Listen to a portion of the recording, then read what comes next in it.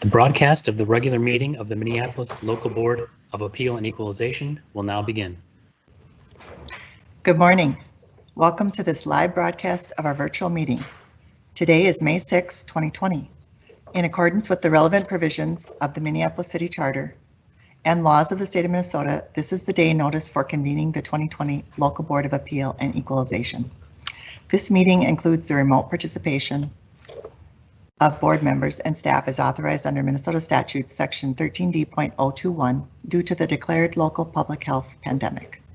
For the record, my name is Jackie Hansen, Assistant City Clerk with the Office of the City Clerk. I will now administer the oath of office to board members. Please raise your right hand. Do each of you solemnly swear that you will support the Constitution of the United States, the Constitution and laws of the state of Minnesota, and the Charter and ordinances of the City of Minneapolis, and that you will perform the duties of the office for the term to which you have been appointed to the best of your ability? To affirm, please respond, "I do," when I call your name. Board Member Neil Anderson. I do. Faye Bland. I do. Steve Havig. I do. Karen Reed. I do. Michael Tinker. I do. Congratulations on your appointment to the local board. I will now call this meeting to order. The open meeting law requires a roll call vote be conducted during a virtual meeting, and a certification form will be completed for each local board meeting. This initial roll call will allow the city assessor to complete the certification form on behalf of the board members with a verbal signature. Will the clerk please call the roll to verify the presence of a quorum? Board Member Neil Anderson. Present. Faye Bland. Present. Steve Havig. Present. Karen Reed. Present. Michael Tinker. Present. There are 5 ayes. Let the record reflect a quorum of the board is present. With that, we will proceed to the agenda, a copy of which is posted for public access to the city's Legislative Information Management System, which is available at lims.minneapolismn.gov. May I have a motion to adopt the agenda? I move that we adopt the agenda. Is there a second? Second. It's been moved by Anderson and seconded by Bland to adopt the agenda as printed. With that, I will ask the clerk to call the roll. Board Member Neil Anderson. Present. Faye Bland. Present. Steve Havig. Steve Havig. Karen Reed. Present. Michael Tinker. Present. Steve Havig. Present. There are 5 ayes. Thank you. The motion passes and the agenda is adopted. Members, the next item of business is the election of a chair and a vice chair of this body. Are there nominations for a chairperson? I nominate Neil Anderson. Second. Are there further nominations?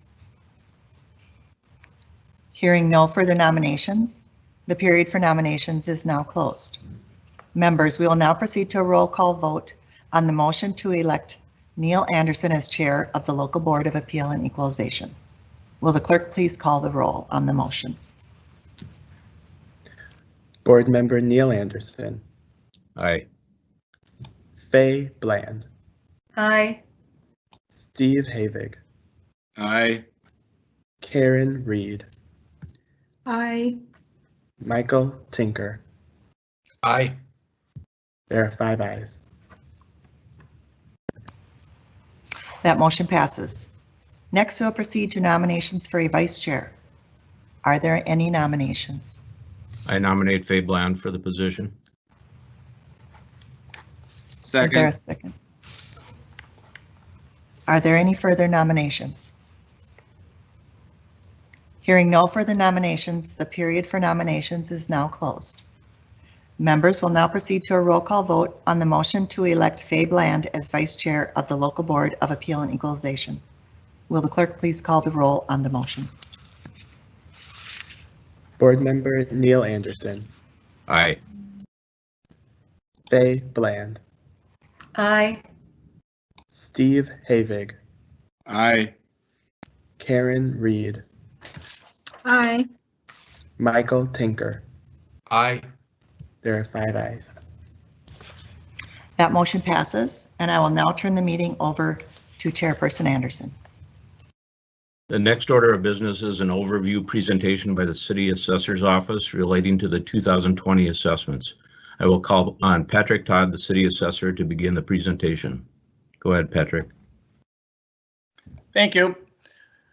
Thank you, board members. Good morning. Thank you for taking the time out of your busy schedule to participate on the local board. You play an important role in the annual assessment because you are the checks and balances when there is a dispute or a disagreement between the property owner and the assessor's office over a value or classification. So we appreciate all that you do. With me today, we do have Rebecca Malmquist, who is the Director of Assessments within my office. We have the Chief Appraiser, Brian Keyser, as well with us. We have Nancy Wojak, who is the Manager of Assessment Service, is in our office. We have the 3 residential supervisors. We have Alyssa Brown, Tim Alvin, and Brian Messer. In addition, we do have special guests of Jim Atchison, who is the Hennepin County Assessor, as well as the Deputy Assessors, Josh Hoagland and Kim Jensen. So thank you and welcome everybody. I will start my short presentation as we speak. So just a summary of the 2020 assessment, we did value and classify 125,000 parcels. The valuation and classifications were mailed in March, and these valuations were for the 2020 assessment for the taxes payable in 2021. Next slide. Once property owners get their valuation, we do start with staff reviews. At this point in time, we've had 908 reviews and total appeal applications. We do also start taking the local board of appeal and equalization applications at the same time as we're doing informal reviews. We are around 908. We do have about 257 that have signed up for a hearing. For those that would like to just move on and not or don't find that they get satisfaction with the local board of appeal and equalization, they are eligible to go on to the county board of appeal and equalization, which starts in June. And then if someone wants to appeal their value and not go through the local board or even the review, they can go straight to Minnesota State Tax Court. And that filing deadline would be in April 30th of 2021. Next slide. So for the local board of appeal and equalization valuation, state law requires that the property shall be valued at its market value, and it has to be as of the January 2nd, 2020 date. And the sales period that we use, or the sales we use for this particular sales or the assessment, would be from October 1, 2018 through September 30th, 2019. This is important to note because currently when we were fielding phone calls after valuation notices were mailed out, a lot of people had the concerns because they were feeling that the impact of the pandemic had an adverse influence on their property value. Currently, we will take a look at what the impact of the pandemic would be for the 2021 assessment. But currently, because of the January 2nd assessment of 2020 and using sales from October of 18 to September of 19, the pandemic really didn't have an influence on the real estate market. So we've not taken that into consideration when we established a January 2nd, 2020 value. Next slide. So the local board of appeal and equalization, we define market value as the usual selling price at the time of the assessment, price being that which could be obtained at a private sale or as an auction. It is determined by the assessor that the price from an auction sale represents an arm's length transaction. The price obtained at a for sale should not be considered in the evaluation process. Next slide. Local board of appeal and equalization, the law provides that the property must be valued at its market value, and it's not a may be valued at its market value. And then also important to note that non-market value factors should not influence the actions or the decisions of the board. And those are things like the amount of the tax, the rate of the tax increase, property owner's ability to pay, or even a situation where a neighbor has a different assessed value and the property owner wants to have a similar assessed value. Next slide. Market value is the only value that the owners can appeal. Taxable market value can't be appealed at the local board, and a taxable market value is the market value that is less the applicable exclusion, such as the homestead exclusion, any credits, or any qualifying programs. So they can only appeal their estimated market value. Next slide. Purpose of the local board is to provide a fair and objective forum for property owners to appeal their valuation and classification, and it really serves as the first formal step in the appeals process. Next slide. At the conclusion of the at the end of our assessment in March, we did have a total tax base of $58.7 billion. That's a 5.5% increase over 2019. Next slide.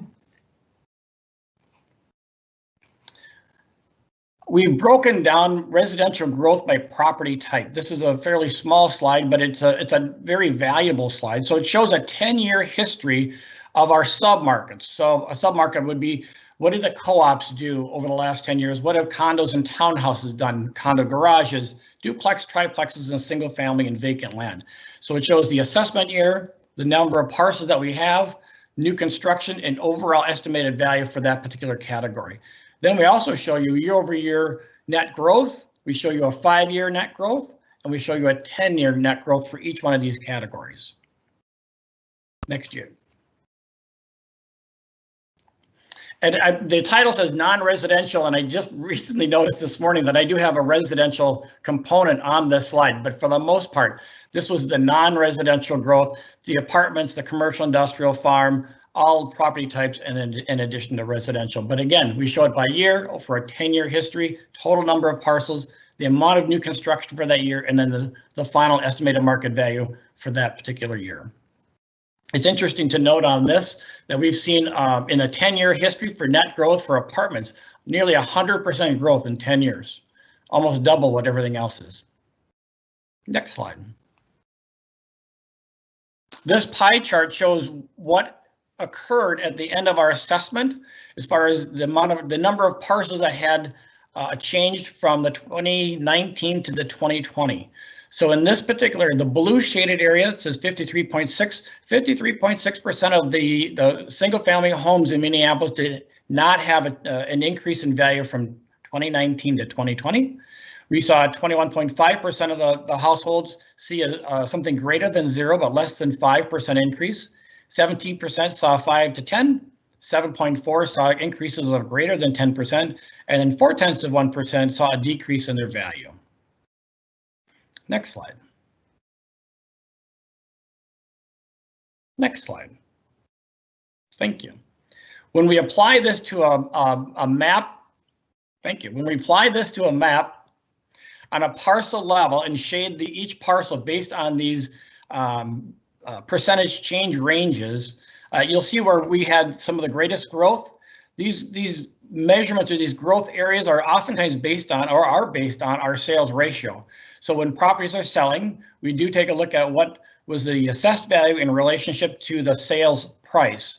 And when we have significant changes in or deviations between that, we do have to try to get to that 95%. And so in areas that are shaded in the darker, more blue, those areas saw percentage changes by greater than 10%. So in those areas, when properties were selling, we would look at our sales ratio, what was assessed at to a sales price. We were 10% or greater from what that was selling for. So, and then as we go through the gradations and to the lighter areas, you'll see on those areas that have a fairly neutral color, a vanilla color, there was no change in those values because when we looked at what properties were selling for and compared that with what we had it assessed at, we were right at what properties were selling for.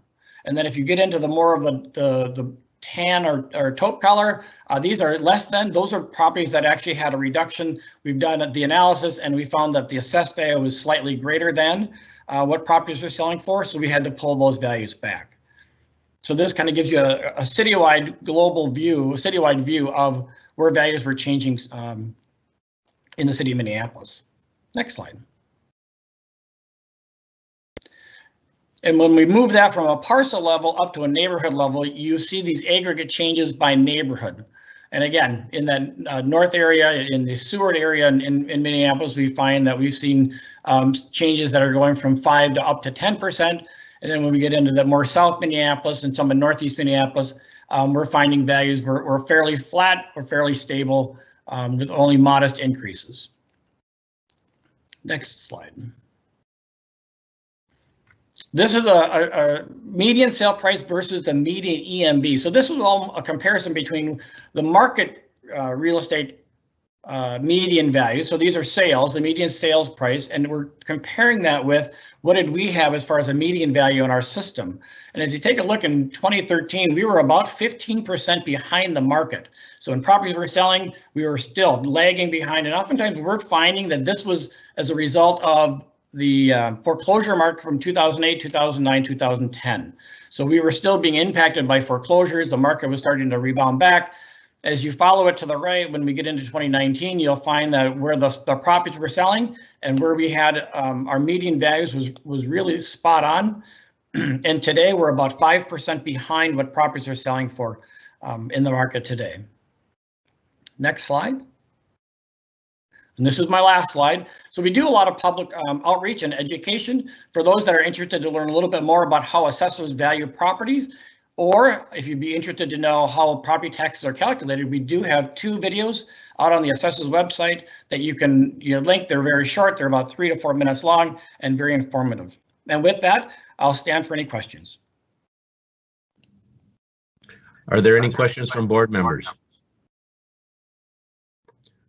Without objection, the report will be received and filed. The next matter will be to review the hearing schedule. The assessor staff will do that. Good morning, board members. My name is Rebecca Malmquist. I'm the Director of Assessments for the City of Minneapolis, and I would like to give you a situational update on the appeals. Last night, the hearing sign-up was removed from the city website. It was replaced with information for those who wish to appeal their value and be added to the official record. The phone number to call is 612-673-2730. Callers should leave their address, property ID number, owner name, phone number, and the 2020 estimated market value. Our staff will return these calls. All of those that leave a voicemail wishing to appeal their 2020 market value will be collected and added to the official record of the Minneapolis Local Board of Appeal and Equalization. All those on the official record are eligible and preserve their right to appeal to the Hennepin County Board of Appeal and Equalization, and we will provide that information to callers. Patrick mentioned that we had a total of 908 appeals at this point in time. There is some duplication of those that completed both the administrative appeal and the hearing sign up, so we have a total as of last night of 884 cases. Of that, 257 have signed up for a hearing with the board. Of the 257, 57 have chose to appeal to you in writing. 27 have chose to appeal via representative and requested a phone-in hearing. 173 are property owners who requested a hearing via phone. Of the 257, we will have approximately 20 that we will be presenting a staff report in addition to the appellant's call. Today, we have 3 scheduled phone-in hearings and 3 write-in appeals.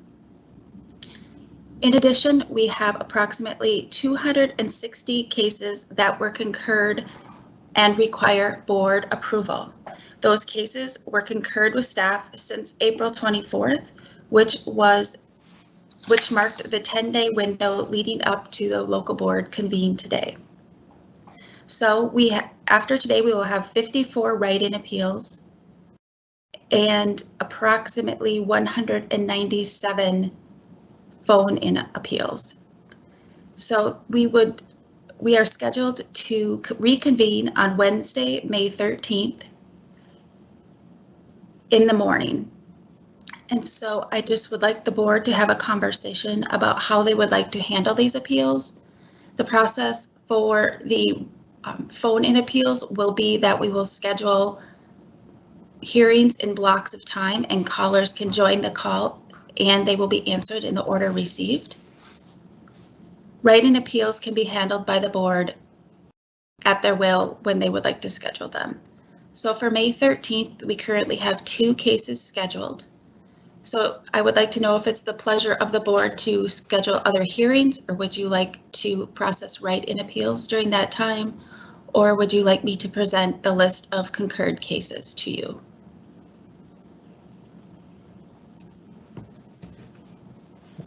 I think here reviewing the write-in cases first, and then the reading of the concurred appeals. Okay, thank you. And would you like me to begin scheduling phone-in hearings for Thursday, May 14th? Yes, please. Okay, thank you. And that concludes my report. Thank you, Rebecca. Before we begin the hearing appeals, let me summarize the process for conducting hearings in this virtual format. First, we will call on the applicant, who will be given 5 minutes to present their appeal. When your case is called, you will need to press *6 on your phone to activate your microphone. We ask that you state your name and address for the record, and then present your appeal to the board. Next, we will call on the assessor staff, and they will be given 5 minutes to present their report to the board. And finally, the board will have 5 minutes for questions on the case. The board will consider and take actions on cases heard at the end of each meeting day, and property owners will be notified of the decision by mail after the board has adjourned. With that, I'll ask the clerk to identify the speaker in queue for the appeal related to 2918 Sheridan Avenue North, case number 20-0038. Mr. Chair, we do not yet have the caller in the queue. Perhaps the board would like to go and review the one of the first write-in callers, write-in appeals, or the board could take a short recess. That appellant is scheduled for 10:30, but I would defer to Ms. Malmquist as well on the schedule. I'm fine going to the first write-in applicant. That would be property at 2820 Polk Street. Property ID 1202924220068. And the 2020 assessed value is at $327,000.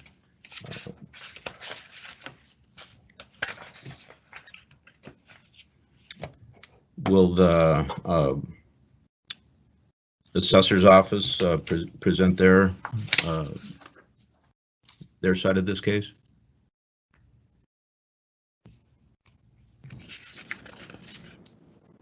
Chair Anderson, for these write-in appeals, staff will not be presenting. It will be up to the board to review the material provided by the property owner and make a decision about the case.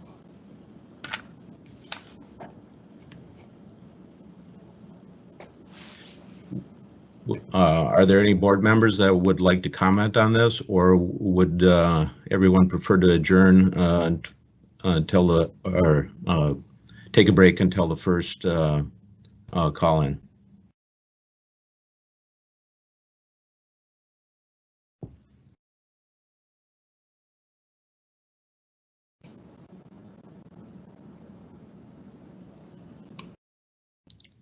Any comments? Anyone? Your call, Neil. Well, do we think we can get this done prior to 10:30? When that first one was supposed to start? well, I think Get a write-in done, I mean. If everyone has the information available, I think we could. Which case was that again, Neil? It's 2820 Polk Street. The I'm looking for the case number here.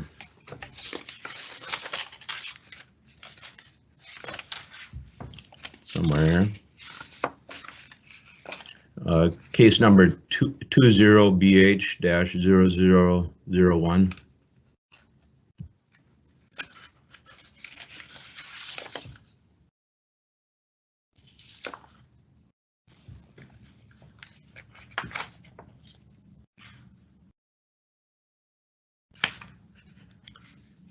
That property is a duplex at 2820 Polk Street. It's a 3-bedroom, 1 unit, 2-bedroom, the other unit, and they had a market analysis prepared by a realtor that suggested the median value is 276, and the average comparable listings were 300,000 in the property sold.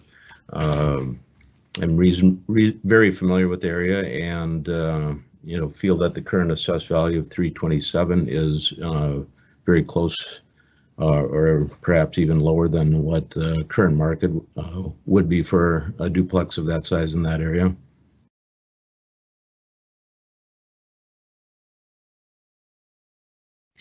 Neil, are you suggesting we accept the 327? I would be willing to take a motion for that. I guess with the duplex markets being like it is, I would second that. No, you will have to put a motion to. Okay, I put a motion to accept the 327 valuation. Do I have a second? Second. All in favor, say aye. Aye. Aye. Mr. Aye. Chair? Mr. Chair? Yes. The clerk will need to call the roll on every vote at Okay. the virtual meeting. So clerk, please call the roll.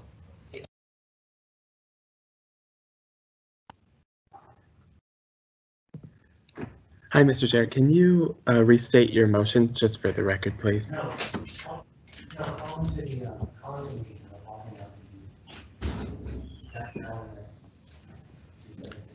Steve, can you? Yes, the please? motion was to accept the $327,000 evaluation based on the duplex market. So this is for case number 20BH0-0001. Correct. 2820 Polk Street. Wonderful. Chair Anderson, Yes. is that a motion to sustain the 2020 estimated market value? That is correct. The motion is to sustain the 327 market value. Okay, that's for clarification for language for you, Adrian. Thank you. And just for the public record, can Board Member Havig please make that motion with that language? Wow. Well, let's see. I forgot what it was. Sustain the market value. We would like to sustain the market value for 2820 Polk Street as stated for 327. Do I have a second? Second. Bland is seconded. Clerk, will you call a roll? Yes, thank you. Board Member Bland. Aye. Board Member Havig. Aye. Board Member Reed. Aye. Board Member Tinker. Aye. Chair Anderson. Aye. There are 5 ayes. And the motion passes. Thank you. Do we have a caller for the first call-in property?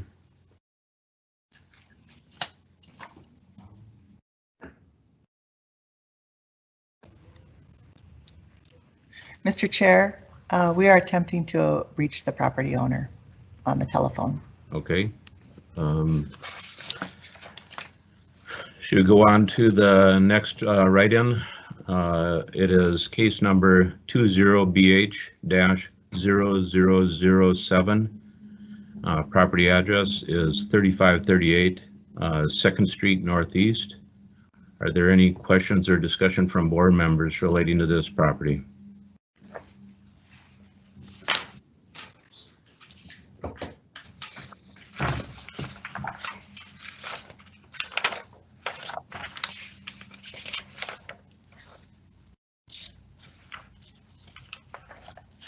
Neil, do you have similar data that you did like for 2820 Polk Street? I did, and it's a very small single-family house, a little over 700 square feet on the main floor. A percentage of the basement is finished. Condition is average, and there's some repair issues relating to the property that the appellate, I believe is the correct term here, is requesting that the valuation is too high. Currently, the property is for 2020 is assessed at $181,000.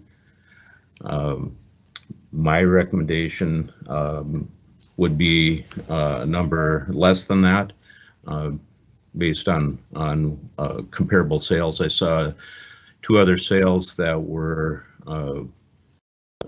fully remodeled that sold for between $195 and $205.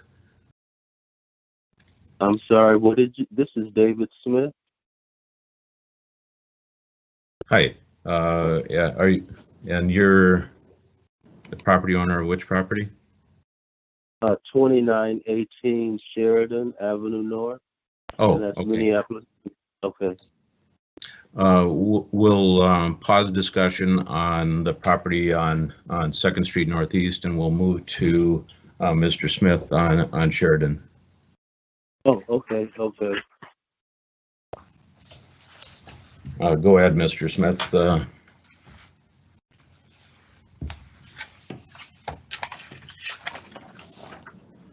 Chair Anderson, can you review the protocol for Mr. Smith? Mr. Smith, if you could,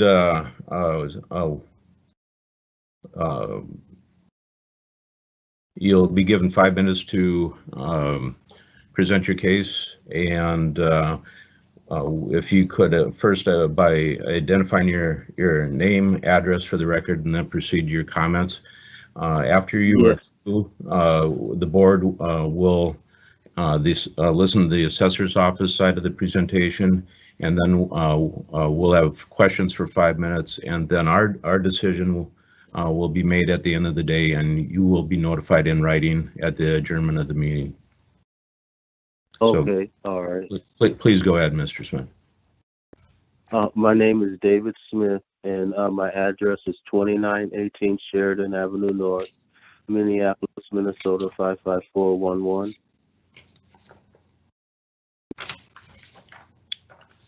And please state your case as to your recommendations for evaluation.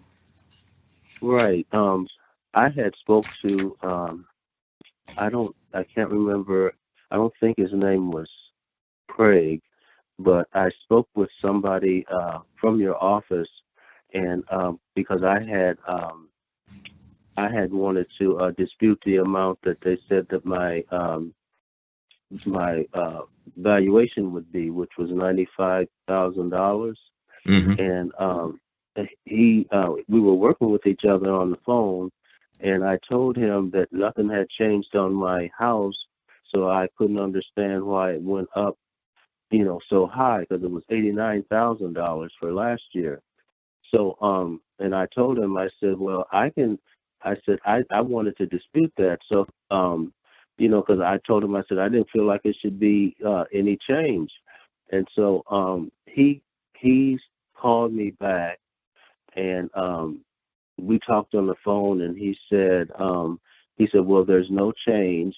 And when he said there's no change, I thought he was telling me that it was no change for the amount from last year.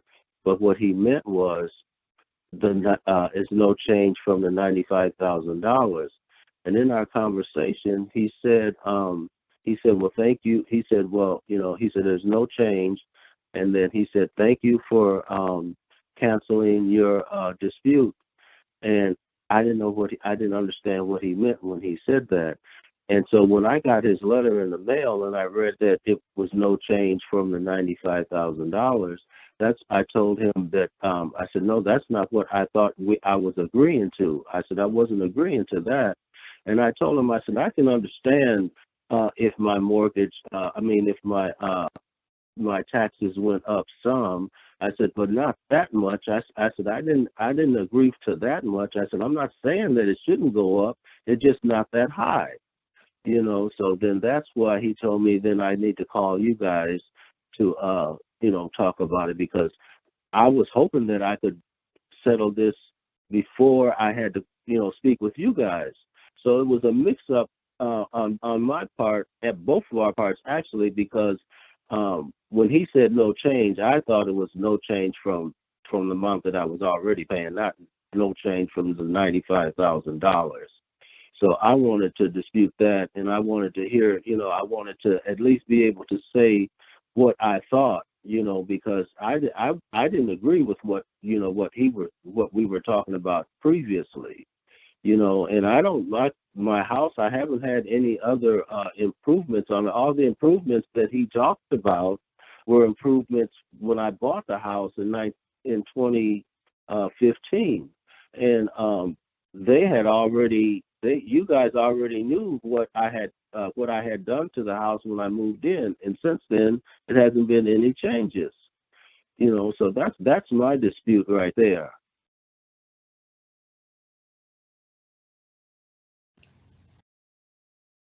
Thank you, Mr. Smith. Do you have any comparable sales that would suggest that the property value is still or would be less than 95,000?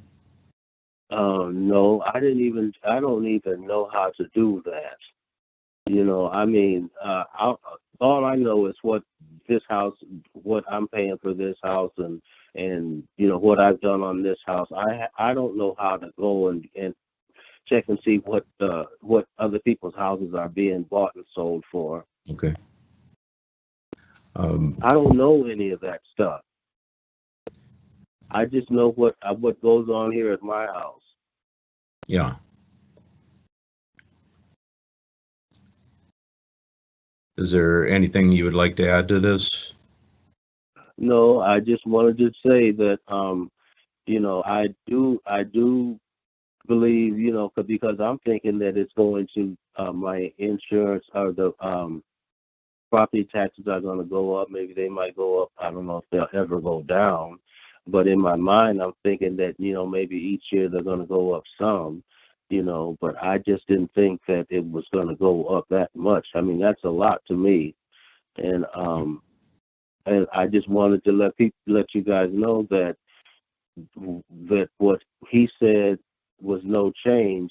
I thought he was telling me that it was no change for the amount that my taxes are now, not no change for what it's going to be next year. So, and then I wanted you guys to know that I don't think that it shouldn't go up. I just don't think it should go up so high. That's my thing right there. That's all I'm saying. Okay. Does the assessor have a report on this property? Chair Anderson, yes, we have appraiser Dan Ayer that will be presenting his appraisal report. Okay, can we put Dan on?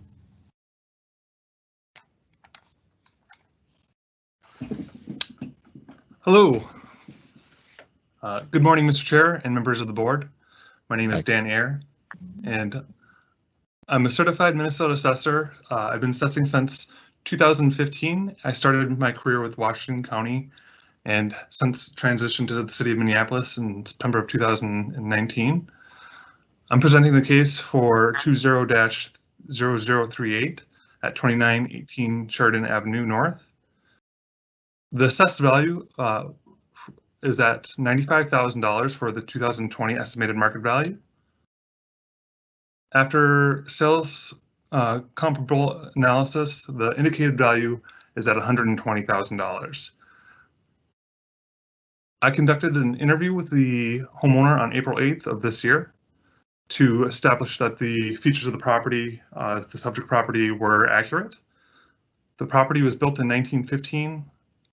The property is a 1.5-story single-family residence. It's a 2-bedroom house with 1 bathroom in the upper level. It has 844 square feet above grade and an unfinished basement. The property has 2 3-season porches that total 108 square feet. And for the comparables, I had 4 comparables for this property. The first comparable sale was at 2621 Lowry Avenue North, which is a 2-bedroom, 1-bathroom property that sold for $136,800 on September 10th of 2019. Adjustments were made for the market condition, location on a busy street. The property had a condition that was superior to the subject, and the property had a larger gross living area. The comparable for number 2 was at 3014 Upton Avenue North. It was a 3-bedroom, 2-bathroom property that sold for $102,000 on December 20th of 2019. Adjustments to that property were made for having an inferior condition. It had 1 additional bathroom. This property had a larger gross living area and a smaller foundation. The property also had an inferior heating and cooling system. This property also had an additional garage stall. For my third comparable sale, I was at 2743 Sheridan Avenue North. This was a 2-bedroom, 1-bathroom that sold at $123,500 on January 17th of 2019. Adjustments were made for the market condition. The property had a larger size and foundation. It did not have an AC unit. The property had one more garage stall, and the property had updates to the kitchen. For the fourth comparable, the property was at 2946 Logan Avenue North. This property had 2 bedrooms and 1 bathroom.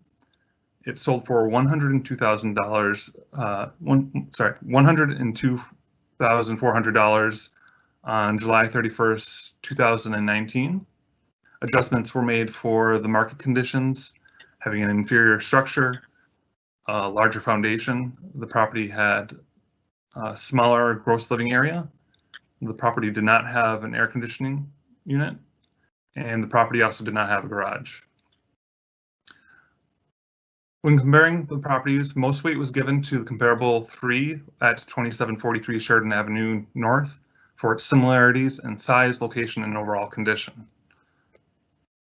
In summary, the review and analysts of the property used comparable sales that ranged in indicated adjusted values from $106,000 to $132,000 to come to a median indicated value of $120,000 in support of the established $95,000 for the 2020 estimated market value.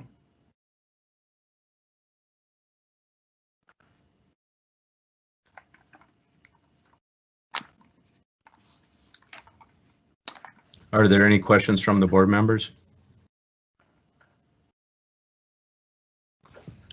Okay, without any questions, we'll move on to the next case. Can I add one comment Yes. to this? Yeah, when he said that I have a new furnace in the basement. I do have a new furnace in the basement, but that happened. I bought that when I bought the house in 2015, and when you guys came out here to do my assessment on my house the year after, it was there then. See, everything that I ever did to this house, I did in 2015 when I moved here. And after that, you guys already knew what I had done when you came the very first year that I was here. So all of these things you already know about, and it's already been discussed. And there's been no change since after that, since I've been here. All of these things that he's saying that's in my house has been here since I got here. I put those things in here when I bought the place in 2015. And ever since then, there's been no changes. There's been no changes. There's nothing on this house you guys don't already know is in here. We understand that, and we'll take that into consideration when we discuss the case. Mr. Okay. Chair, Fablan? Mr. Ayers, do I understand that you actually got into the property? No, I had a conversation on the phone. There was no interior inspections for this property. Okay, thank you. Well, you guys had the opportunity to come in here, but you don't want to come in here because of the COVID-19 epidemic. And I'm not saying you couldn't come in here. I mean, you could come in here with a mask. I mean, I did not say you could not come in here. You guys told me you won't come in here. Chair Anderson and Vice Chair Bland, this is Rebecca. We did not conduct any interior inspections during this review season. This was department policy, and it was in line with policy throughout the rest of Hennepin County. Thank you, Ms. Malmquist. In any ways, if I did do some improvements, you guys would get work, or what do you call that, permit. You would get a permit fee. Like I bought a new oven. I bought a stove for my kitchen, and I had to pay $300 for a permit to have it put into my kitchen. So everything that I do, I have to get a permit to do, and you guys already know what I have.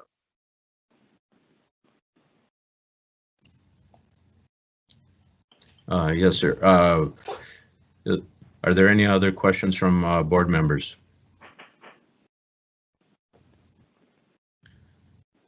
Thank you, Mr. Smith. We'll review the case here after the end of all the presentations, and you'll be notified by mail. Thank you. Okay. All right. Thank you. Bye. Okay, the next case is case number 20-0404, property ID 1202924320058. It's a double bungalow at 1106 23rd Avenue Northeast. Is Stephen Scott available? Yes, here. Yep. Are you familiar with the process that you have 5 minutes to present, and then the assessor, if they have anything to add to it, and we'll have 5 minutes for questions after that?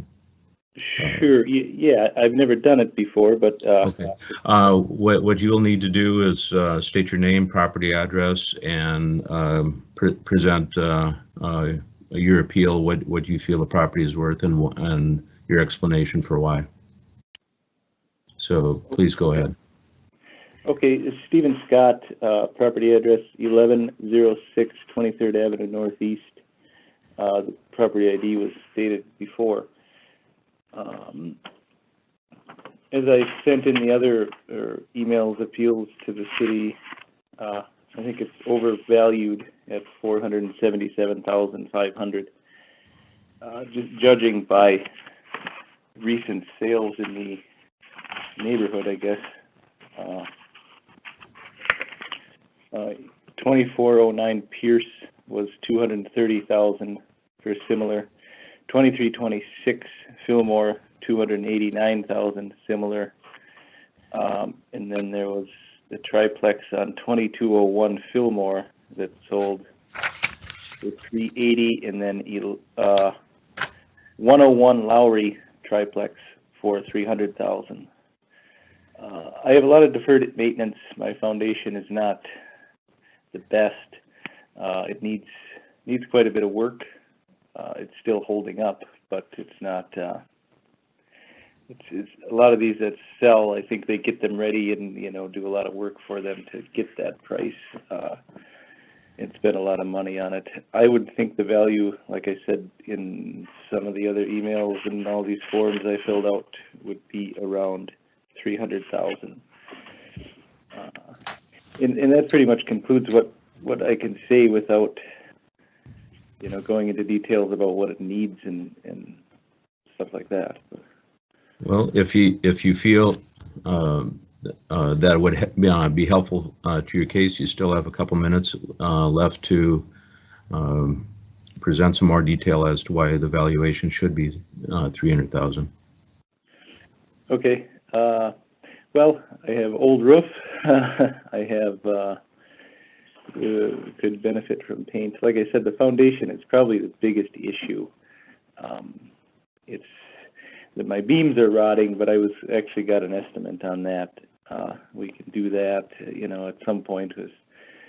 The concrete is significantly deteriorated, probably from water because it's always wet. But that's the basement. Yeah, that's all I have. So. Okay, thank you. Please stay on the line while we hear from the assessor, and then if there's any questions from the board. Thank you. Assessor, please. Chair Anderson, members of the board, there is not a staff presentation for this appeal. Okay, board members, are there any questions for Mr. Scott regarding this property? One question that I have is, it looks like it's a duplex and a single family on one lot. Is that correct? Yeah, there's two structures. Right. So one of them is a duplex and one is a single family? Right. Okay. Are there any other questions from the board? Yes. Is the evaluation inclusive for both structures, or is it separate?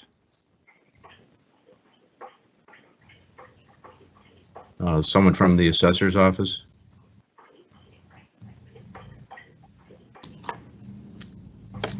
Chair Anderson, board member Havig, I will have staff look into that for you.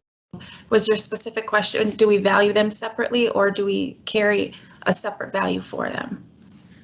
Well, yes, that's correct. I just was wondering if the 477 was for the two-story, well, if there's two structures on there, is it for both structures, and how does it break out?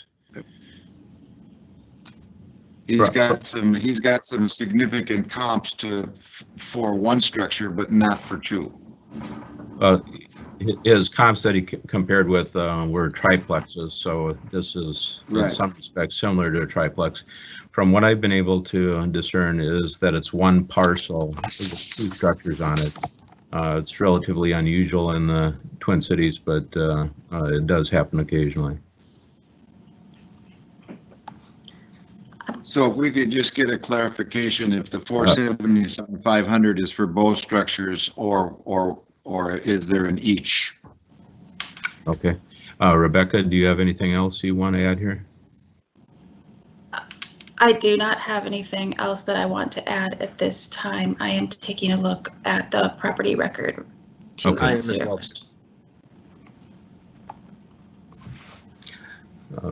Any other questions from board members at this time?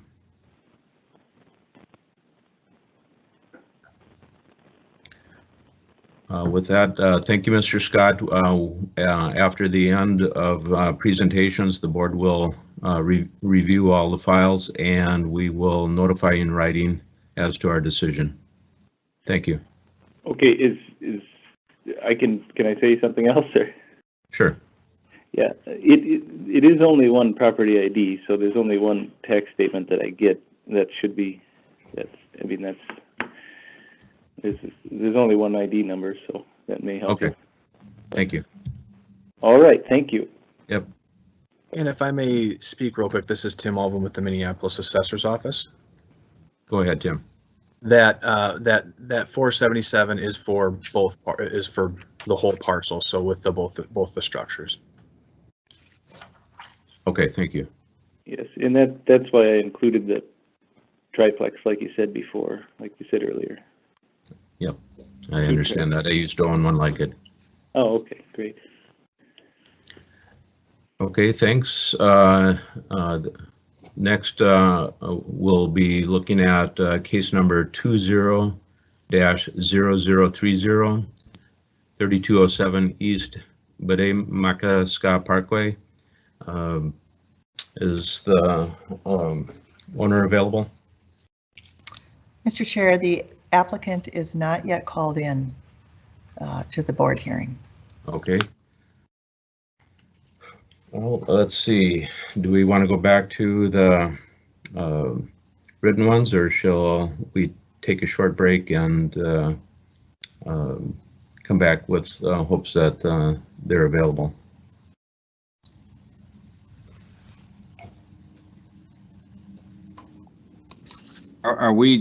Did we cut off on 3538 2nd Street? Is that where we cut off on? Yeah, we were in the middle of that one when we got the last phone call.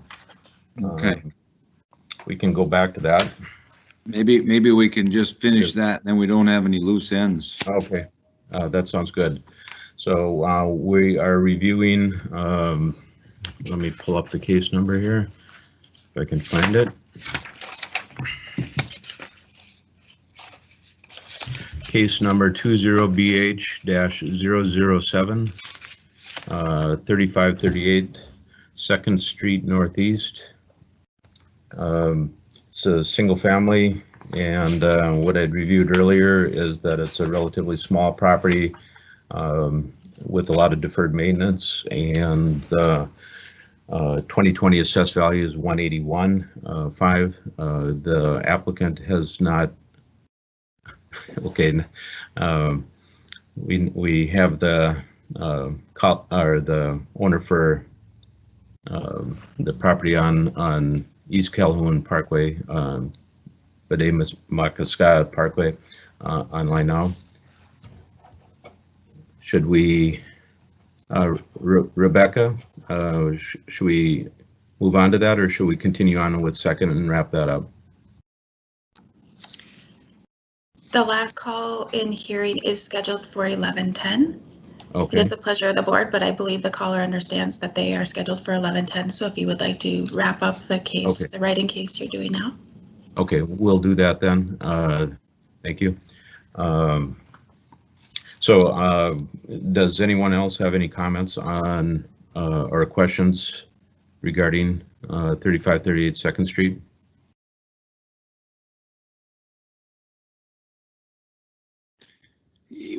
I've got written down 195 to 205, and I can't remember why I wrote that down.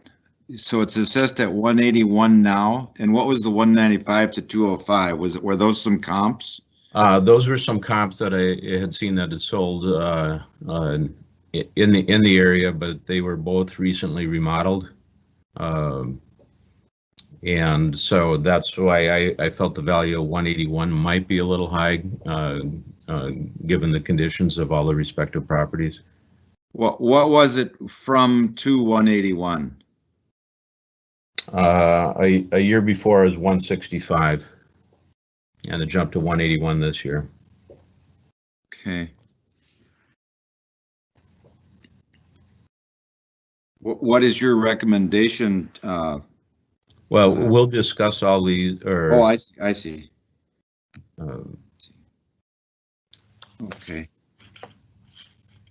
I guess we could take a motion and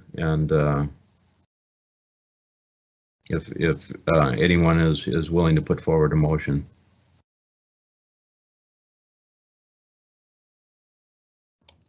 That's about a 9% increase over the previous year. So I guess my question would be, in that area, what was the overall increase in values? I know we saw the slide, but I can't say that I remember the values for each neighborhood. I cannot recall either. My feelings are just based on looking at photos of the subject property as well as looking at comparable photos of properties that sold that were in better condition. Is this property east or west of the Mississippi? Because it's 8% on the west side and 2% on the east side. It's northeast Minneapolis, so it's on the east side of the river. It's west of Central. Yeah, it's between 2 and 3% on the Okay. slide. Got it. Thank you.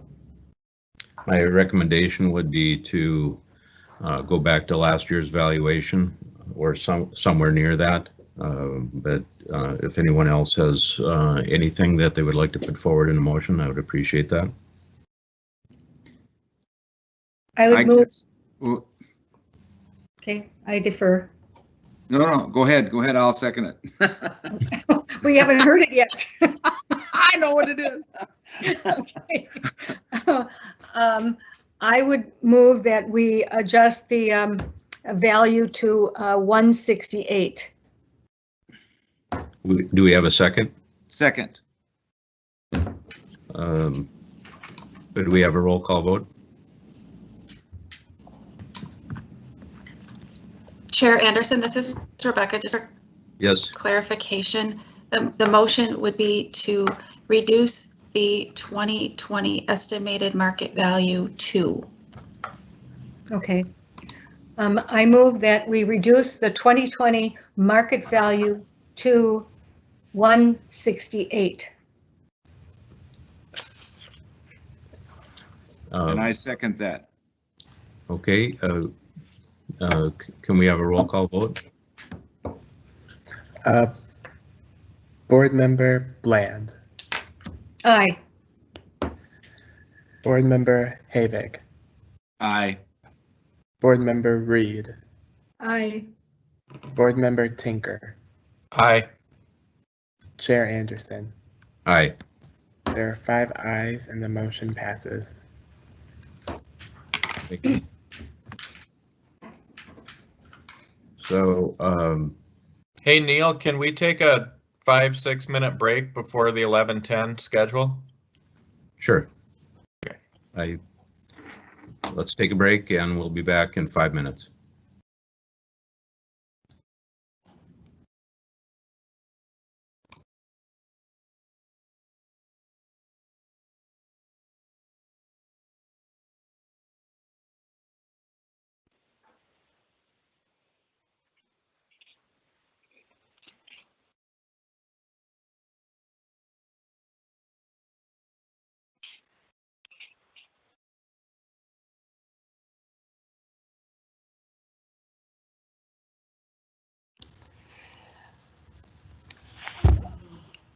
Caller Leslie Morris, the board just took a short recess and we'll be back in just a few minutes.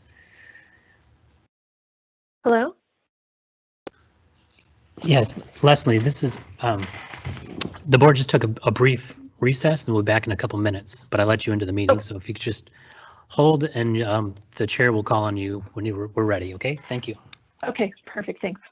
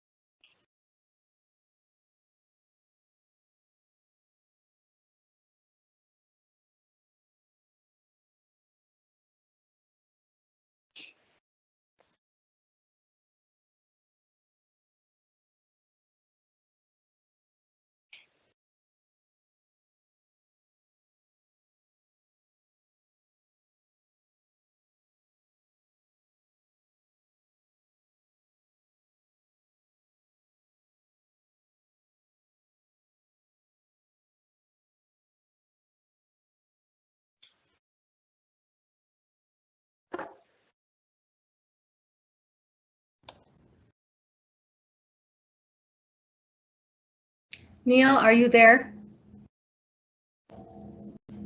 Yes, I am. Neil, it's Bidet McCoska. Bidet McCoska. Bidet McCoska. Thank you. Yep. You're welcome. Please remember that we are on recess, but we are still broadcasting live. Thanks.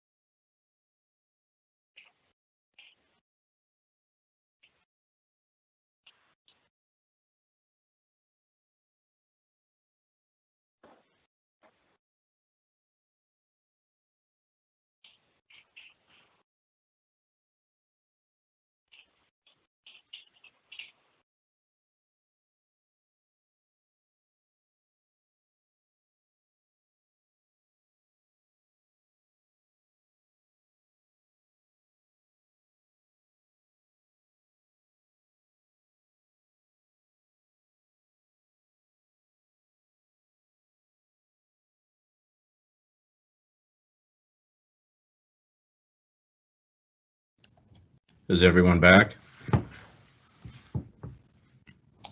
Yes. Ready to go. Okay, the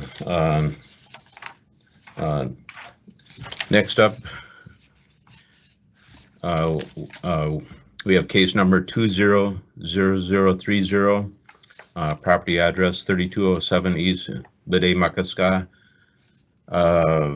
Parkway. Is the homeowner on the line? Yes, this is Leslie Morris. Hi, Leslie. You'll have 5 minutes to present your case as to what you feel your valuation would be. After you present, we'll ask if the assessor has any comments, and then we'll have 5 minutes for question and answers. Any decision, or at the end of all the hearings today, we'll review the case and then submit our response to you in writing after adjournment. Please go ahead and state your name and property address, please. Okay. My name is Leslie Morse, and our property is 3207 East Bidet Makaska Parkway in Minneapolis. I am a professor with tenure at the University of Minnesota, and my husband and I bought this property in March of 2019 when we relocated to join the medical school at the university. At that time, at the time of purchase, the listing price for this property was $1,295,000, and the sales price was $1,205,000. And we submitted in support of our petition the appraisal report that was conducted for the appraisal at the time of our property purchase that reports $1,250,000 market value or appraisal for the property. This appraisal was done with 6 comparable sales.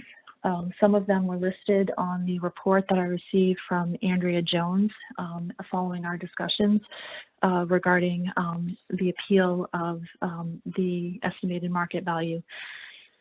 Some of them are listed on the report that she submitted to us, and some are not. But we feel that this arm's length appraisal that was performed accurately reflects the price, and we are asking that our property tax value be reduced to be commensurate with the sales price at the time of purchase.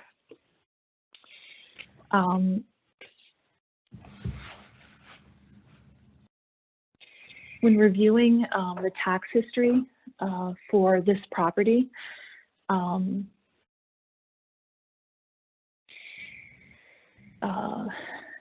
there was a decrease in the total assessment between, well, the total assessment was $1,272,500 in 2008, and this was steady through 2010 with a decline in 2011, a further reduction in 2012 to $1,148,500, and this was assessed at that market value from 2012 to 2014, and then it increased in 2014 at a 5% increase to $1,206,000, and it stayed stable from 2014 until 2018, where it was then assessed at $1,266,500, which was a second jump of 5% in 1 year. When I contacted Andrea Jones to discuss the sales price and the appraisal report for this property, she gathered information and then returned to me a notice on 4/17/2020 that stated that her appraisal of the property was correct at $1,266,500, even though it was above the market price and what we paid for the property. And then I received a phone call yesterday informing me that not only did she stand behind this increased estimated market value, but she was actually increasing the market value of the property beyond what she had sent me on 4/17/2020. I'd like to also note that there is a comparable sale of a recent sale of a comparable property, 3 houses down at 3229 East Padema-Cosca. That property just closed at $850,000. It was built in 1928, and so it was a newer build than our property. Again, if we look at the property tax assessment for this, or the tax history for this property, a similar trend was seen in that in 2008 it was assessed at $845,500, and then there was a steady decline actually in the assessed value of the property to $801,000 in 2018. Therefore, we feel that it's reasonable to request that our assessed value be reduced so that we are not taxed disproportionately to our neighbors in this area. Thank you for your time and consideration. Okay, thank you. Please stay on for a little bit in case there's any questions here. Does the assessor's office have a report to present? Chair Anderson, we have Andrea Jones, staff appraiser, that will present on this case. Okay, go ahead, Andrea. Good morning. Hello, Chairperson Anderson and members of the board. My name is Andrea Jones. I'm a residential real estate appraiser with the city of Minneapolis. I was a fee appraiser for 17 years and have been assessing since 2013, first with Anoka County and with the city of Minneapolis for the past 4.5 years. Assessing in primarily southwest neighborhoods of Minneapolis, the areas surrounding Lake Harriet and Bede-Makaska, formerly known as Lake Calhoun. Today I'm presenting case 20-0030, a single family home at 3207 East Bede-Makaska Parkway with unobstructed views of the lake. A phone questionnaire was completed with the owner to verify property information on April 8th of 2020.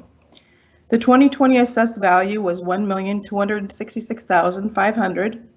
The indicated value for 2020 is $1,275,000, which supports the 2020 assessed value of $1,266,500. From the map on page 3, you will see the subject is located on the east side of the lake in the Echo neighborhood. The home is near paths around the lake, nearby beaches, parkland, uptown, Lake of the Isles, Lakewood Cemetery, Lake Harriet Bandshell, and downtown Linden Hills. The home is a 2.5-story stately Tudor-style home with stucco and brick exterior. The 10,000 square foot site has a slight rise from the street that allows panoramic views of the lake, playground, and paths along the lake. The home was built in 1906. The above ground size of the home is 3,211 square feet. The home has 4 bedrooms with half bath on the main floor, 2 baths on the second floor, and 1 bath on the third floor. The basement has 675 square feet of finished space with a rec room, office, hobby room, and another bath. The home has a covered dormer entry that opens to a central hall foyer. There's an abundance of millwork and details throughout the home, including painted millwork, wide-board trim, crown moldings, wood wainscoting, bay windows, custom leaded glass windows, and large wall of windows on the 3rd floor. The home also has 3 fireplaces. The kitchen per permit information was renovated in approximately 2007. The kitchen windows were replaced in 2012 per permit records. The kitchen features include flat panel wood cabinetry and stone counters. No upper cabinetry was used on 3 sides of the kitchen to allow for a row of kitchen windows to bring light in. There is also an eating area with built-in cabinetry and a glass fireplace in the kitchen area. The baths in the home are of average condition and have not been updated. The 3rd floor features a master suite with large windows on the front of the home, allowing even more expansive views of the lake. The overall condition of the home is considered above average. The subject is on a premier street with premier location on the lake. All comparables are located on either Lake Harriet, Lake of the Isles, or Bede-Makaska. Comp 1 is located at 2110 Lake of the Isles Parkway West. It is on the northwestern side of the lake, it's on the northwestern side of Lake of the Isles. Comp 1 sold for $1,250,000 in April of 2018. Comp 1 is a colonial style home with center hall. Comp 1 has similar quality and details except for a superior kitchen. The kitchen on Comp 1 has superior remodeling with custom wood painted cabinetry, large center island, and wine refrigerator. Comp 2 is located at 4701 Lake Harriet Parkway East. It is on the southeast side of Lake Harriet. Comp 2 sold for $1,350,000 in June of 2019. I did an interior inspection on this home on October 11th of 2019. This home is also a Tudor style home with brick and stucco exterior and center hall foyer. Comp 2 does have inferior quality with less interior millwork details and inferior custom windows. Comp 3 is located at 3738 Bade Makaska. It is on the south side of Bade Makaska. Comp 3 sold for $1,499,000 in August of 2019. Comp 3 is a 1.5 story shake cottage style home. Comp 3 has superior entire home renovations. Comp 3 also has an open floor plan in the den, kitchen, and dining room layout area. Comp 2 is the most similar in style and overall appeal and was given the most weight and most consideration. So to recap, the adjusted sale price of the comparables, including the subject, range from $1,242,150 to $1,389,500. The 2020 assessed value was $1,266,500. The indicated value adjusted sale price is $1,275,000, which supports the 2020 assessed value of $1,266,500. Thank you all very much for your time and consideration.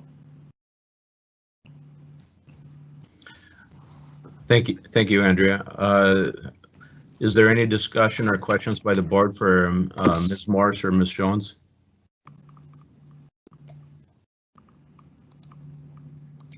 I have one question. I got lost in the last barrage of numbers.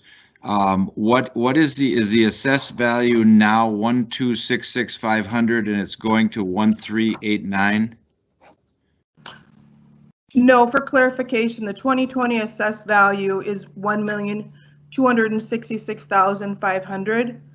Okay. The appraisal, the staff appraisal completed supports a value of $1,275,000. So, yeah, in essence, the appraisal supports an assessed value that is at the 2020 market value of $1,266,500. Okay, thank you. And then it was, what was the 19 value, and it was going up from 266? That was the 19 value as well.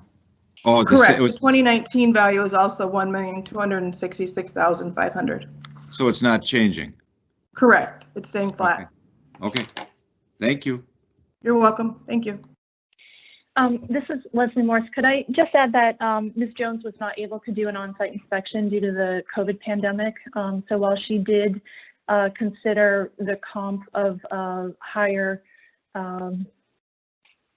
quality, she wasn't able to come on site and view any of the characteristics of this house in person. And so I think additional consideration should be given to the arm's length appraiser who was on site and did actually tour this property.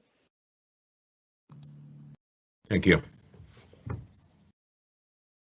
Any other questions?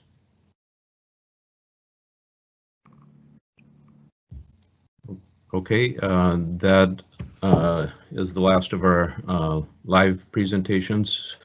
We have one more written request. I believe Patrick had a question that I missed earlier. Patrick? Yes, Mr. Chair, board members, thank you for recognizing me. These are unusual times just because what Rebecca had said, we are not inspecting any properties this year. Neither is Hennepin County, and is really at the direction of the mayor and the city council, as well as the Department of Revenue, really strongly advise that we not have any contact with property owners. So it does make for an unusual period of time when you're trying to determine whether the assessed value is correct or not when you can't physically see the property. But I want to make sure, especially on some of these write-ins, and not necessarily the verbals, but the write-ins, when we're not presenting anything, it's because at the time, the property owner didn't supply us with any information that really would have disproved the assessed value. And so let me just read, it says, this comes right out of the handbook for assessment. It says the property is to be valued at market value. It is assumed that the value and classification is properly classified and that the burden of proof rests with the property owner, who must present factual evidence to disprove the assessor's value or classification. Then the board must then take that appeal under consideration. So if the property owner doesn't supply clear and factual data to say that the assessor's value was wrong, then we felt that we didn't need to have a full appraisal because the burden of proof wasn't met.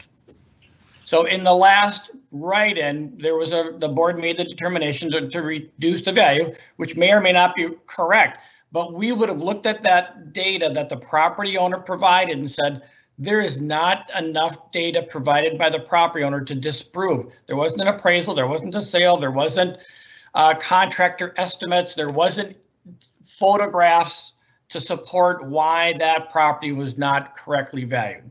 So we would just ask, there were some assumptions on our part that if the data wasn't supplied by the property owner, it would be difficult for the burden of proof to be overturned. So there was some assumption, because I'm sure that it's confusing to the board why my staff and myself don't have anything to rebut a property owner's appeal. It's not that we didn't have time. We looked at it and we didn't feel the burden of proof was met. So that was just a comment and an observation by the board, or for the board. This is Leslie Morris. Am I supposed to still be on the line? We are through discussing your property. Presently, we'll review it at the end of all the presentations, and then we will submit our determination in writing to you after adjournment. Perfect. And just one additional question, if you could spare a few seconds. Based on what I just heard, could you give me some indication as to how the board weighs appraisals and sales purchase price in determining property value as compared to an assessor's report? That will be up to the board to discuss, but we regard recent sales and appraisals very highly. Okay, thank you very much for your time. Yep, thank you. One question for Patrick or the assessor's office regarding an earlier presentation from the owner on Sheridan. It does not seem like he wasn't explained to him how he can get information that would support his case, and I'm curious as to how the assessor's office presents that when someone calls to complain about their valuation. Mr. Chair and board members, that is handled on a one-on-one conversation with my staff appraisers. When they're having discussions, we had on every board case, my staff were provided a survey, and we would then call the property owner and go through and ask a series of questions. Recent purchase, any updates, overall condition, tell me a little bit about, why you believe your value is too high. And then with that information, we would compare that with what we had on our property records. But for the most part, it's through a face-to-face, but a one-on-one conversation that if we didn't feel that the information was enough to overturn our value, then we would recommend them come to the board and present their evidence to the board, and then have you make that determination. So I understand that, but to provide information that they could reach out to outside people, either pay for an appraisal or contact a realtor to get additional information, I think would be helpful in the future. Yeah, and I think that information is on our website as well. Okay, or direct them to the website then on that list. Okay. We are through with the live presentations. We have one other written appeal. Let me get to that page here.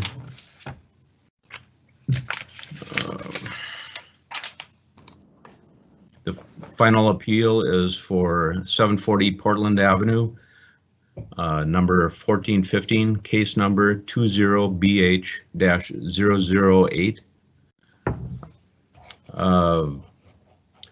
Is there any information provided by the assessor here? on this case? Chair Anderson, in the folder for each of the cases, you will see a copy of our staff field card, the property record card. Okay. Which contains the property information. However, in this case, this writing case, there is not a staff presentation. Okay, thank you. Are there any, is there any discussion or questions from the board?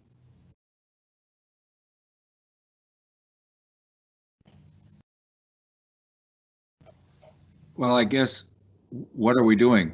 Are we, I don't see any numbers. I think on that property,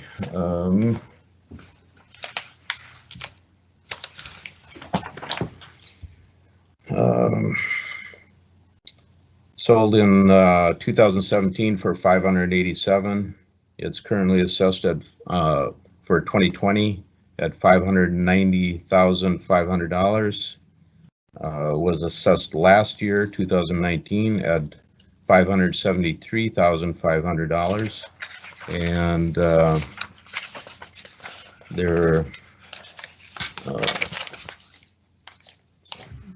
homeowner, Timothy Gluzak, proposed appeal the market value of his home for a number of reasons. One is a repair of his window for $17,000, and number two, that the property value increased 3% from the 2020 evaluation. And he presents the case that the resales from June of 19 to October of 2019 have decreased from the original costs, showing a downward trend. He lists those individually. You can see those on the report. And lastly, that the developer has been unable to sell the remaining original units and has reduced the selling price on those units. Any other comments from board members?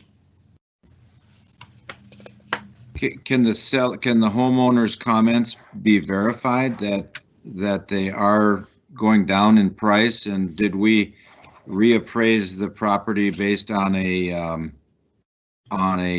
application or a building permit for the 17,000? I don't have any information on that.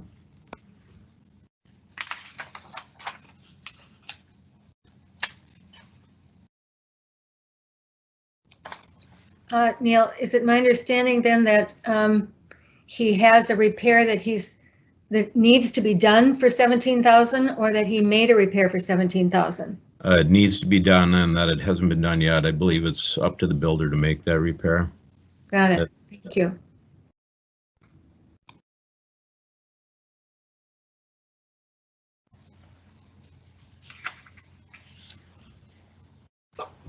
Any other discussion on this? Any other questions? Well, it seems to me like we'll have to do some comps on the building to see if he's correct. I don't know how else to do this with no no verification of anything. What, Rebecca or Patrick, what is the procedure here for?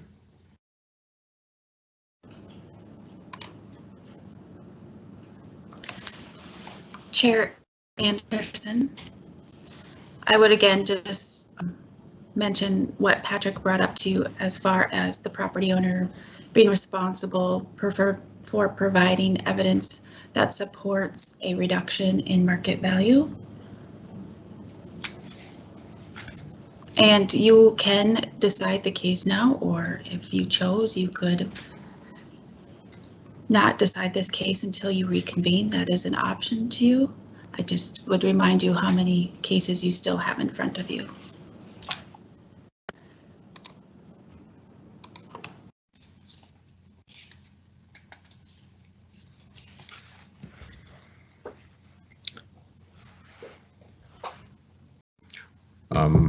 My feeling is it's too early to determine if property values are falling on this property in particular. The number of properties or sales that I looked at showed a wide range, but it's hard to determine based on quality of interior improvements. Based on square footage, property value still seems to be in line. So my feeling is that the current assessed value is accurate.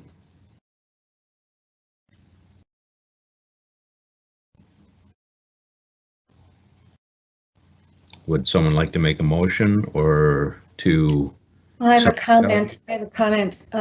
So he bought it for $587 in 2018.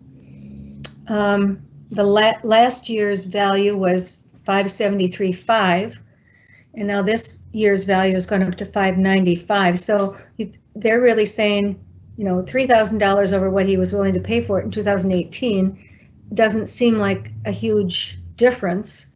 I think if that $17,000 repair is not his burden, but rather the developer's, I'm not sure that I would agree that you know, he can take that off the value necessarily. What other people feel about that? To me, it doesn't matter whether it's the developer's expense or the homeowner's. It's repair, but I don't believe it affects the value significantly. If it's repair based on maintenance, things like that. Chair Anderson, I would just clarify that the 2020 market value is $590,500. Okay, thank you very much. Do we have a motion to for this property for evaluation or a motion to table it? I move to sustain the value by the assessor. Could you state that dollar amount? $590,500. Do we have a second? I second. Thank you. Roll call. Vote.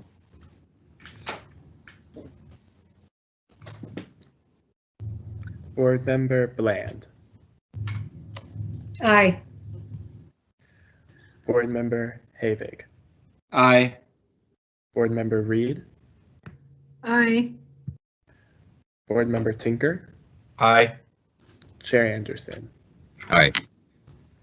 With 5 ayes, the motion passes.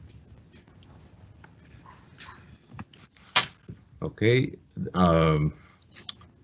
We will review the appeals for the live presentations and act on each of those that have been presented to the board.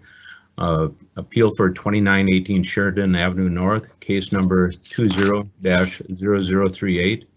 Are there any questions or discussions from board members relating to 2918 Sheridan Avenue North?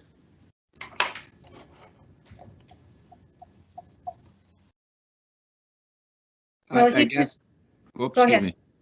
I guess that it looks to me like only a 1% change, and that doesn't seem significant with the comparables that were provided. So I guess that I would be in favor of the value from the assessor's office.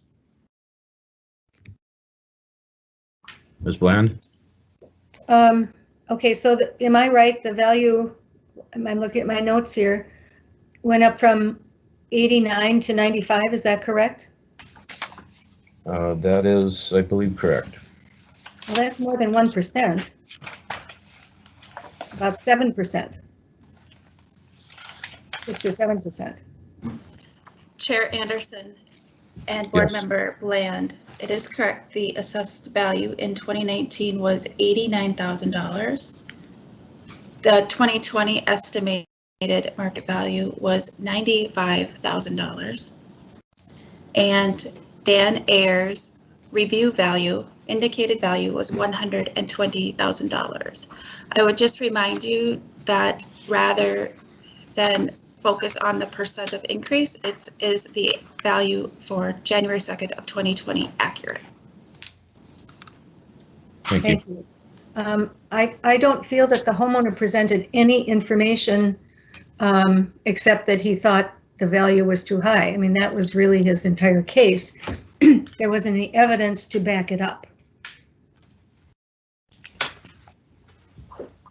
I agree. You know, unfortunately or fortunately, property values do increase over time, and taxes go accordingly. So just for clarification, it went from 89,000 to 95,000. Correct. Where does the 120 come in, or is that? That's what the assessor, after doing a market analysis or market comparison on the property, determined that's what the value should be. So that $95,000 value is fair at this point, or very fair at this point. I agree. Could I have a motion, please? I make a motion to leave 2918 Sheridan Avenue North at the 2020 $95,000 assessment. That you move to sustain the 2020 and state the valuation, the dollar amount. Yes, I move to sustain the value of the $95,000 for at 2918 Sheridan Avenue North. Do I have a second? Second. Thank you. Roll call vote. Board Member Bland. Aye. Board Member Havig. Aye. Board Member Reed. Aye. Board Member Tinker. Aye. Chair Anderson. Aye. With 5 ayes, the motion passes. That carries. Motion is adopted. Appeal for 1106 23rd Avenue Northeast, case number 20-0404.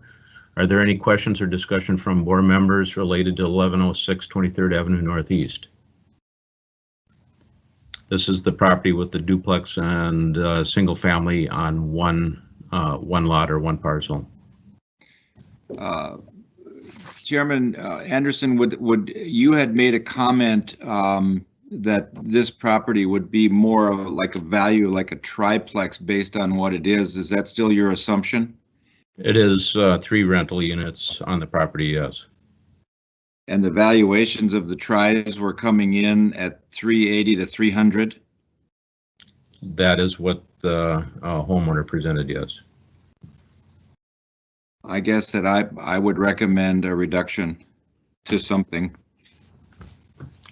Are there any other comments? Well, I think I found it interesting that the homeowner did not mention this other property on the parcel, and so, and without a report from the assessor, we don't know what shape that's in or what that's like. I think I understand him trying to put it in rental terms that there's a third rental, but how does that structure, that second structure, compare to a third unit in a triplex, which could be, you know, pretty small? So, you know, there's not enough information here for me to feel that the value should be reduced a lot, if at all. Mr. Chair? Yes. Patrick Todd, City Assessor. One thing that we find interesting when we're valuing properties like this, we're valuing them off the income approach, especially when we're having a duplex and a single family, where finding comparables like that are extremely difficult because of the scarcity. While the property owner did talk about the condition of the foundation, which is not uncommon in Northeast Minneapolis, because I'm from Northeast Minneapolis, I didn't hear Mr. Scott, excuse me, speak to the inability to rent his properties, or that he's only able to get a limited amount of rent because of the condition of his triplex. So I'm not trying to skew your opinion of the building, but I just want to say that when it comes to income producing property, we base our valuations heavily on what is the rent, what is the cost to ownership as far as the income and expenses, the net operating income and things like that. So he didn't mention anything about rental income and his inability to get market rents because of the condition of the foundation. So that's my only comment. Mike, what do you think? Mike? It's very difficult to say. It is an unusual property. I'm curious as to whether the lot could be subdivided and what would happen to the value as two separate parcels with two improvements on it. You know, in echoing what Patrick said as well, we don't often get the income if they want to keep it confidential, I believe. So I don't know. Personally, I find it very difficult to do this without seeing the city's case. We're only getting one side of the story, and you have no idea what the city may have used regarding their assumptions or what sort of comparables they used. So I'm having a little trouble on these one-sided appeals, trying to weigh the information we've received and whether that should result in some sort of modification to value. Chair Anderson. Yes. This is a case in which our property appraisal staff, this case was received before the 10-day window, and our staff appraiser did try to contact the owner to complete the questionnaire and go through the protocol for this year's review season. And the appellant did not respond, however, did complete a sign-up, which is why we do not have a case to present to you for this example. Yeah, and I know there would be a significant procedural change, and I know we're doing things a little bit differently this year, but wouldn't that be best for the county to hear? Can you restate that? I know this would be a procedural change and we're doing things a little bit different this year, but in a case where the homeowner or property owner would like to proceed with an appeal and we can't get both sides of the story, isn't it better to try to settle that case out? And if it can't be settled, to then just bring it directly to the county board? All of these cases, excuse me, Chair Anderson and Member Tinker, all of the 884 cases are eligible to be heard at the county Board of Appeal and Equalization. And so if a property owner is unhappy with the decision of the board, they can appeal to the County Board of Equalization. And at that point, our staff are engaged and will work with the property owner again. So if we sustain the value, the property owner still has a way to get their case heard. Chair Anderson and Board Member Tinker, that is correct. Thank you. Based on that, I would make a motion that we sustain the value of 477 for 2020. Can 477,000? Yes. Yeah. $477,000. Yes. Thank you.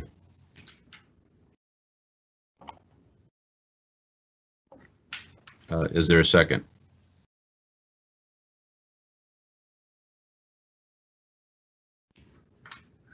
For lack of a second, would someone else like to make a motion, or is there more discussion? I guess all of the comments were good. I think from the assessor Todd's point of view, from a rental increase or from a rental view, a triplex at 380,000. I was looking for the property on Google Earth and I can't see that it's dividable from my little telephone thing here, but it's I guess that at 477,500, and if the tries in that area are going for 300 to 380, I guess I still think that 477 in that neighborhood could be high. Only a comment. I looked at it online last night, and to me, it does appear to be dividable. The only problem would be that there'd be a shared driveway with the common maintenance if they were to divide it. You know, as such, a smaller single family in that area would sell for 150 to 200. Duplex should sell for stucco 2-story true duplex should sell for 300,000 plus. But I also understand that there's cost to, you know, splitting properties and things like that. I think the owner's request of a appraised value or assessed value of $300,000 seems very low. But I also feel that the city's 477 is a little high. Any other comments? Yeah, I guess that I would agree. I would be somewhere probably in the 380 to 400 range on this property, because if that's what you're saying you looked at, then I saw it online and I saw the driveway going between the two, and it's clearly subdividable. So there is more value than just a one building try. So it's above what a try is and below what the city has it at, would be my assumption. And I would err on the higher side of the numbers you're suggesting. I would look at it more in the 420 to 450 range. Are there any other comments? Karen or Well, Michael? I would speak against the motion. I think I would still sustain the value, and I would probably vote nay on the motion. I simply don't. There is no motion on the floor presently. Okay. I just don't think we have the information we need to make a decision. And if we sustain the value, the owner still has the right to go on to the county board. Okay. I have a question. If it goes to the county board, this is Karen,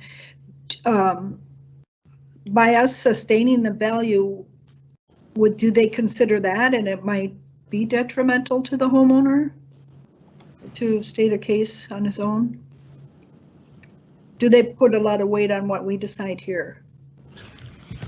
I do not know. Chair Anderson and Board Member Reed, the county board does act as an independent board, and would, in this case, they would potentially have an appraisal report from our staff, as well as the property owner could present to the county board for a decision. And so it would be a completely independent decision. Thank you. Any other comments, or I'd be willing to hear a motion.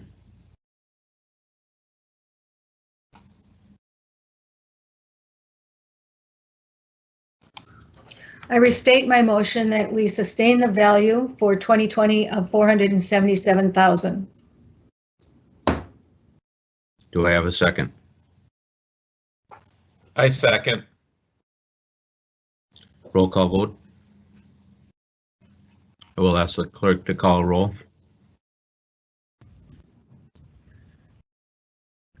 Board Member Bland. Aye. Board Member Havig. Aye.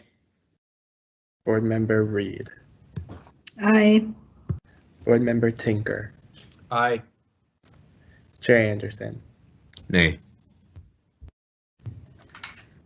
With 4 in favor and 1 against, the motion passes. Thank you. Appeal for 3207 Bede Markaska Parkway, case number 200030.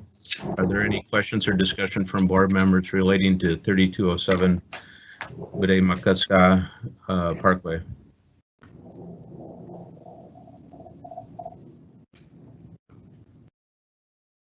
I guess just for clarification, one more time, we are moving this property from 1.205 to 12665. No, current valuation is 1,266, and the homeowner is, I believe, requesting that it be valued at the appraised, the sale price and appraised value of $1,250,000. Chair Anderson and Board Member Havoc, can I just clarify again for the record? The 2019, or excuse me, the 2020 assessed value was $1,266,500. That was the 2019 value as well. Andrea Jones' review value, her indicated value is $1,275,000, which supports the assessed value of $1,266,500. Now, I will just review with you again, the board can reduce property values. They can sustain or vote no change on property values, or they can increase property values. Because the indicated value was different than the assessed value does not mean we are recommending that you increase the value. But we just do let you know that we do a completely separate independent review of the 2020 assessment when people file an appeal application. So that is the difference in the two values. If the board does elect to propose an increase on any property, they need to properly notify the property owner, which would mean that at any meeting, if the property owner is on the phone, we would say that that is adequate notification if the caller is live on the phone with you.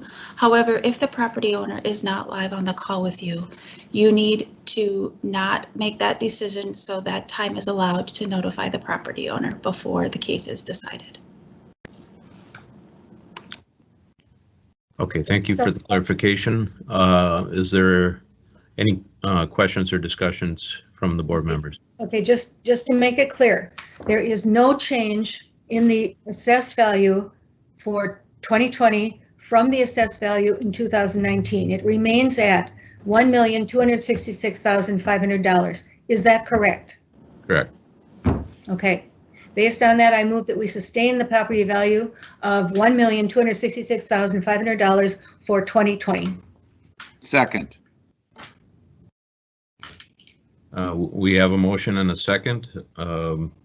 Adrian, could we have a roll call? Board Member Bland. Aye. Board Member Havig. Aye. Board Member Reed. Aye. Board Member Tinker. Aye. Chair Anderson. Aye. With 5 ayes, the motion passes.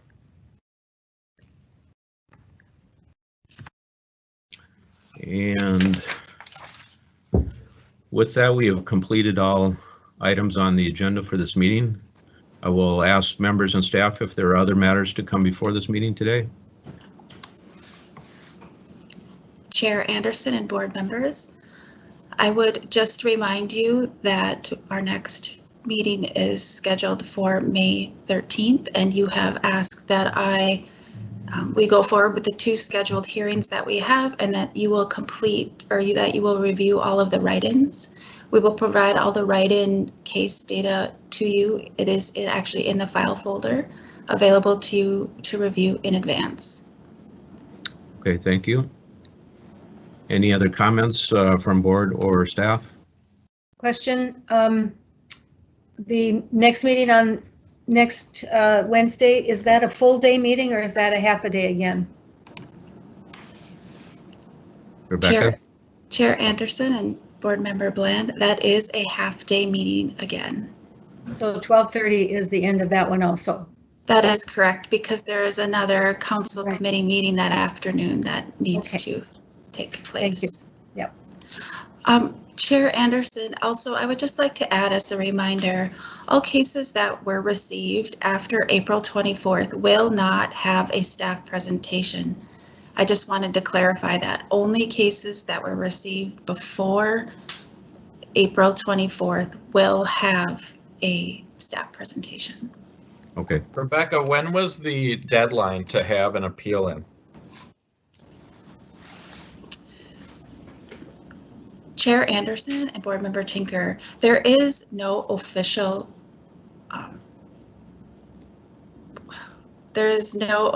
end date until the board adjourns. So we can't say that there is a deadline because there isn't. People can appeal up until at which time the local board adjourns. So, but going back to that 10-day window is that as of April 24th, the assessor can no longer make changes without board approval. So it is at that point in time that the administrative appeal option was removed, and in its place, the local Board of Appeal and Equalization hearing sign up replaced it, and people could complete that to have a hearing directly with the board. Okay, thank you. Say, Rebecca,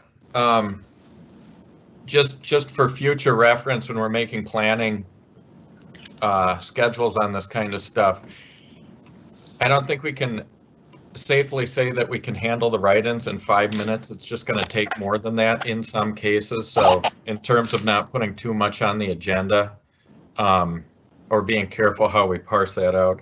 Also, I'm kind of going crazy toggling back and forth here for everything when we switch cases.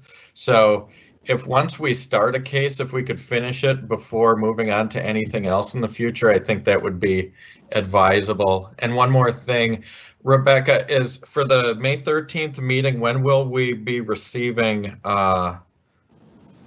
the list of what's going to happen that day as far as who has appeals, and when will everything be uploaded for us to look at?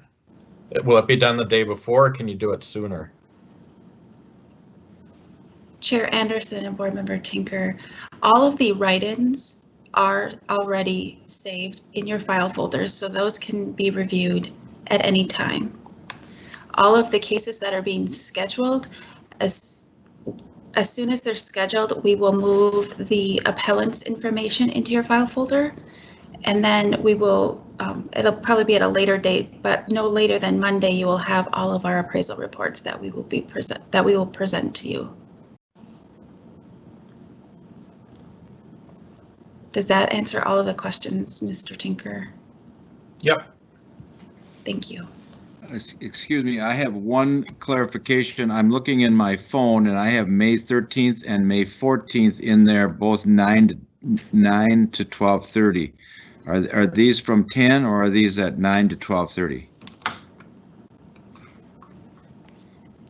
Chair Anderson and Board Member Havoc, I want to fact check myself quickly, or if the clerk can weigh in, I don't want to get it wrong on camera. Mr. Chair, that is correct. The meetings will begin at 9 a.m. on those two stated dates. Okay, thank you. Thank you, Jackie. Thank you. Ms. Malmquist, when is it that you do your act and read everything into the record? Can we take care of that now, or do we have to do it at the end before we adjourn? Chair Anderson and Board Member Bland, those cases are not on today's agenda. Chair Anderson asked that I read those to you on Wednesday, May 13th. Thank you. Thank you.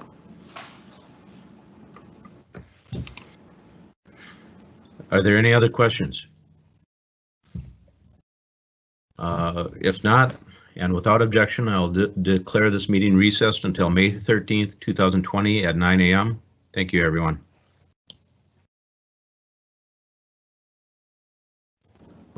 If